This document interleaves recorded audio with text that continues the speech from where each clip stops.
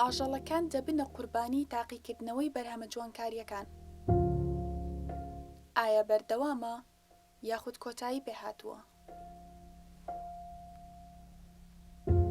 جوانبوونی کاتی ڕوخساری مرۆڤەکان، لێسەندنەوەی ژیانی ئاژەڵەکان.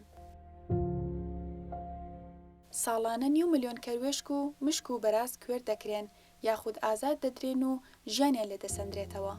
بەشێکی زۆری خەڵک زانیاریان لەسەر تاقیکردنەوەی بەرهەمە جوانکاریەکان لەسەر ئاژەڵان نییە یاخود هەر باوەڕیان بەبوونی نییە، بەڵام ڕاستیەکان لە جیهاندا پێچەوانەی ئەمەیە.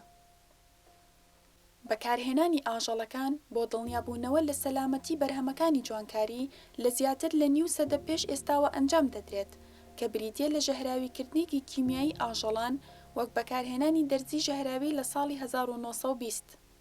لە ئێستادا بە ملیۆنان مشک و جرج و کەروێشک و پشیلە و سەگ و ئاژەڵی دیکە لە ناو قەفەسەکاندا لە تاقیگەکانی سەرانسەری جیهاندا قفڵ دراون و لە بێهیوایی و ئازار و تەنیاییدا چاوەڕێن کە ژیانیان لێبسەندرێتەوە.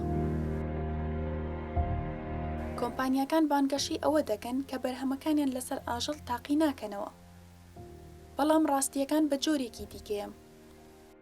کۆمپانیاکان گرێبەست دەکەن لەگەڵ لایەنێکی دیکەی دابینکەری پێکهاتەکان کە پێشتر لەسەر ئاژەڵەکان تاقی کراوەتەوە. لە بەرهەمەکانی جوانکاریدا ئەگەر هەموو پێکهاتەکان سەلامەت بن، دواتر پێویست ناکات بەرهەمە تەواو بووەکە تاقی بکەیتەوە لەسەر ئاژەڵ. لە ئێستادا هەوڵ دەدرێت بۆ دۆزینەوەی جێگرەوەیەکی نوێ لە بری بەکارهێنانی ئاژەڵەکان بۆ تاقیکردنەوەی بەرهەمەکانی جوانکاری. بەڵام هێشتا لە هەندێک حاڵەتدا ئەم بەدیلانە وەک بەڵگەی پێویست قبوڵ ناکرێت، بەڵام پێشکەوتنی زۆریشی بەخۆیەوە بینیوە. کۆمەڵگەی مرۆڤایەتی نێودەوڵەتی لە سەرتاسەری جیهاندا کار دەکات لە پێناو باشترکردنی ژیانی ئاژەڵەکان. لە ساڵی 2012 کەمپەینێکی بەناوی Be Cruelty Free ڕاگەیاند، واتە ئازادی تەواو بۆ ئاژەڵەکان. کەمپەینەکە دژی بێبەزەیی و ئازاردان و زەوتکردنی ژیانی ئاژەڵەکان کار دەکات.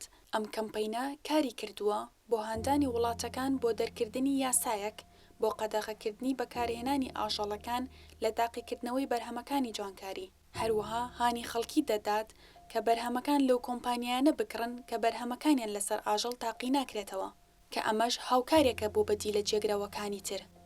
یەکێتی ئەوروپا لە دوای ساڵی 2013 هەنگاوی ناوە بۆ قەدەغەکردنی تاقیکردنەوە لەسەر ئاژەڵەکان و نزیکەی 40 وڵاتیش قەدەغەی بەکارهێنانیان کردووە.